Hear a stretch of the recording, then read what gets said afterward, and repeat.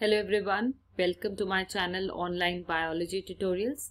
In this video we will talk about enzymes, which is again a very important part of the biomolecules chapter, grade 11. Now enzymes, as you know, they are proteinous in nature. So they are made up of the proteins only. Once proteins, they are synthesized in the cytoplasm, they have diverse roles to play.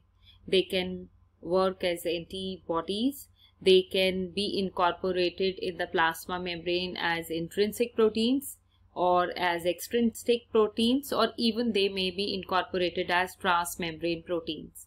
So proteins, they play diverse role, and one of its role is that they can work as enzymes, right? So all the enzymes are proteinous in nature, but all proteins are not enzymes. As I just said, proteins have diverse role to play. So all enzymes are proteinous in nature, but all proteins are not enzymes. This is also a very, very important slogan which we should always remember. Now enzymes, they act as biocatalysts, right? Biocatalyst, why are we using this word? Bio means living and catalyst means the one that would be speeding up the rate of the reaction. So suppose if there is one reaction where A and B, they are joining together to form a product called C. Now if we are speaking in context to chemistry, then this A and B, they will be known as reactants, right? Now, if this reaction would have been happening in the living organism, then in spite of using the word reactants, we will use the word substrate. Okay. So substrates are synonymous to reactants in the case of the living organism. Now, in this case, if we add on any enzyme, then we will get C, or the product, in a quick span of time. You know that in our mouth there is one enzyme called salivary amylase. If this would have not been into our mouth or secreted by the pancreas, digestion would have taken a long time span, and we would be very much devoid of energy, because if the reactions are happening quickly, we will get quickly glucose and it will be getting oxidized and we will be getting ATP. So if enzymes will not be there, reactions would be requiring hell lot of time, right? And in this case we had to suffer. So enzymes, they are speeding up the reactions taking place in our body. That's why they are known as the biocatalysts. They help in increasing the rate of the reaction, means we will get the products more quickly than without these non-enzymed catalyzed reactions. Remember, as we are talking that enzymes are acting as a biocatalyst in our body, that means they are helping in the metabolic reactions. All the reactions that are taking place in our body, they are known as metabolic reactions. And as I just told in the beginning of the chapter, that metabolic reactions could be catabolic or they could be anabolic. Catabolic means if they are leading to the breakdown. If the larger molecule is breaking down into the smaller one, it would be catabolic. Anabolic means if smaller molecules are joining together and a big larger molecule is formed, then it is known as anabolic.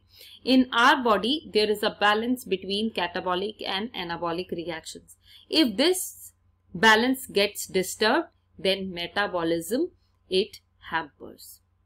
And you know, thyroid gland in our neck, it produces the thyroxine hormone, which helps in maintaining the metabolism rate in our body. Okay, so metabolism means it is the name of the phenomena which includes catabolism and anabolism, right? Now, as I said, that enzymes, they are acting as the biocatalyst, means they help in increasing the speed of the reaction. Now enzymes, they exist in the tertiary structure, And tertiary structure, as I discussed in the proteins, it is the most stabilized structure of a protein. So a single polypeptide is there and it folds in a specific fashion to form the tertiary structure. In enzymes also, because of this special folding, a special site is formed which is known as the active site. So this active site is formed on the enzyme. And this active site is a one which will incorporate the substrate. So enzyme is specific in nature, means with particular substrate, particular enzyme will bind. As you know that in our mouth, salivary amylase is there. Amylase is the enzyme. That substrate is carbohydrate only, not protein, not fats even, okay? So enzymes, they are specific in their action and they bind to specific substrate only. So once enzymes bind to the substrate, what happens? Enzyme substrate complex is formed, right? So substrate will come and it will bind at the active site. Suppose if I am showing enzyme like this, a substrate will come and it will bind here. Okay, so this is our substrate and this is our enzyme. When enzyme substrate complex is formed, that means enzyme and substrate, they are more closer now. Enzyme will break up certain bonds in the substrate and will form few. Okay, so that means substrate will not remain as substrate, rather it will be converted into the product. But an intermediate stage will be there where it will form enzyme product. Okay, so product is not formed immediately, an intermediate complex is formed. Later this enzyme product complex is dissociated into enzyme plus product. That means enzymes are not used up in the reaction, rather they are being freed. Okay, so this is very important. Enzyme react with the substrate and enzyme substrate complex is formed. Once they are closer to each other, enzyme will bring changes in the substrate. Once changes are brought, substrate is converted into the product, but it will remain bound to the enzyme. Later, when this process gets over, enzyme is lead free and product is also lead free. Now we will see one image which is being given in the NCERT. This is the figure which is being given in your NCERT and it is important to understand. The progress of the reaction is shown on the x-axis, whereas y shows the potential energy.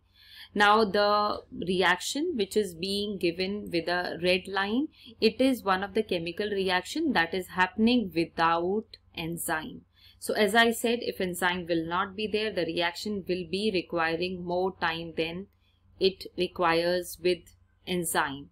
Means enzyme reduces the time span of the chemical reaction because it converts the substrate to product very easily.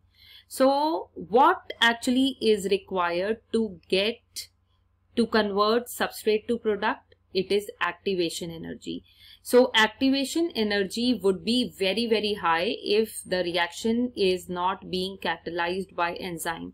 So once substrate will achieve that activation energy, then they will be converted to the products. See here, this shows the level of the activation energy that a substrate requires to get converted to the products, right? Now, see, if you see the another line which is shown by the pink color, it shows the activation energy with enzyme catalyzed reaction. So see here, the activation energy is less. See, this much is the difference. That means this green line is the level of difference. So activation energy gets reduced if we are using enzymes. Means the substrate will overcome the barrier of that activation energy and they will be easily converted into the products. So this concept is also very, very important, that if you are using enzymes, that means the activation energy will be less and this helps in the easy conversion of substrates to product. Okay, so this graph is important to be interpreted. Now we will see the factors that affect enzymic activity. Now see, this diagram has also been given in the NCERT, where the effect of pH is being shown on the enzymic activity. So enzymic activity is shown on the y-axis, whereas the pH is shown on the x-axis. You see here, as the pH is increasing, the enzymic activity is increasing. It's increasing till here.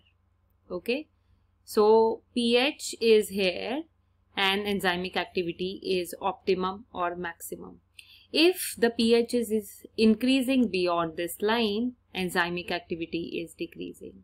So with increase in pH, enzymic activity is increasing.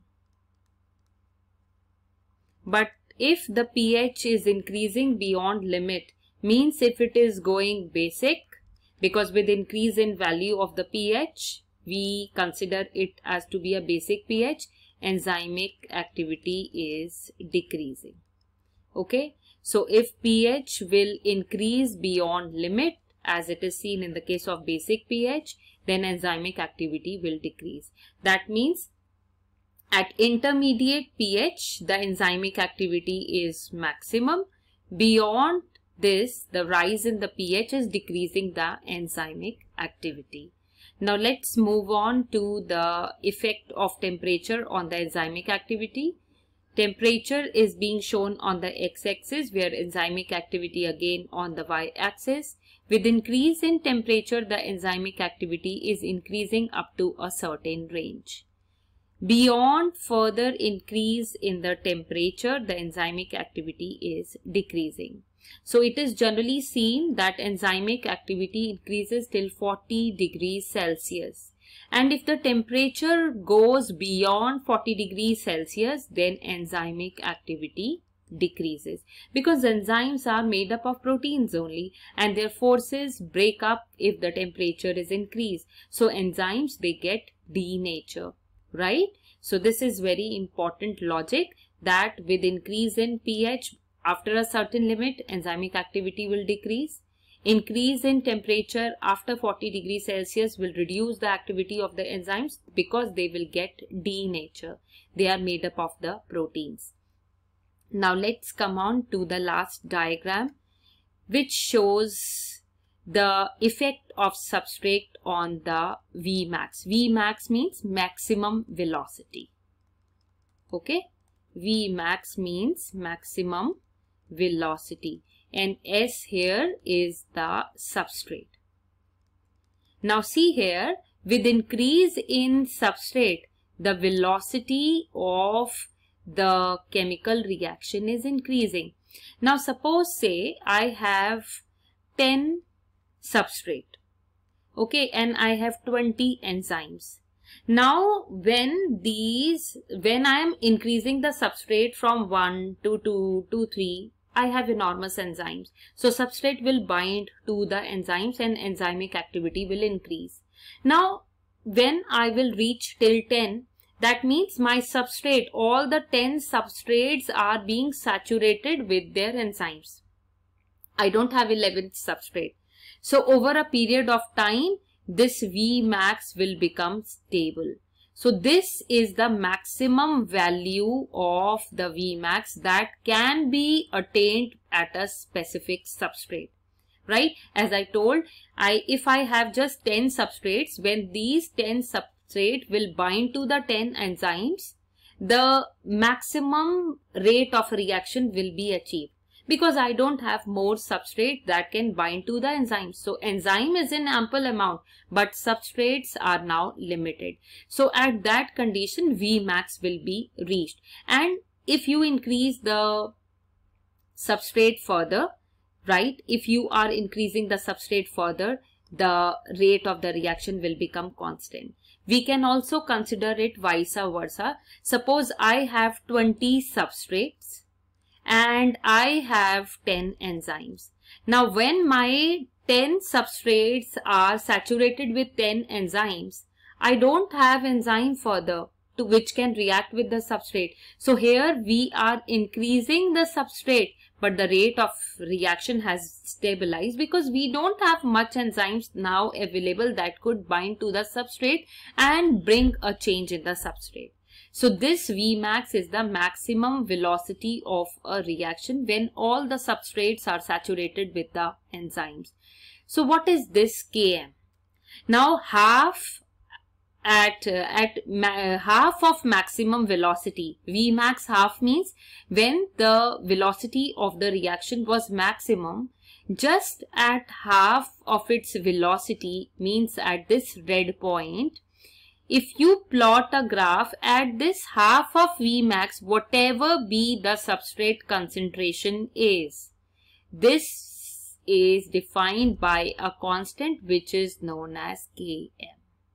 Okay, Vmax means the maximum velocity that can be attained by a chemical reaction. Now half of Vmax means whatever the maximum velocity of a chemical reaction is. The half of it is known as Vmax by 2. Now at that half of the maximum velocity, whatever be the substrate concentration is, it will be represented by a constant which is known as Km.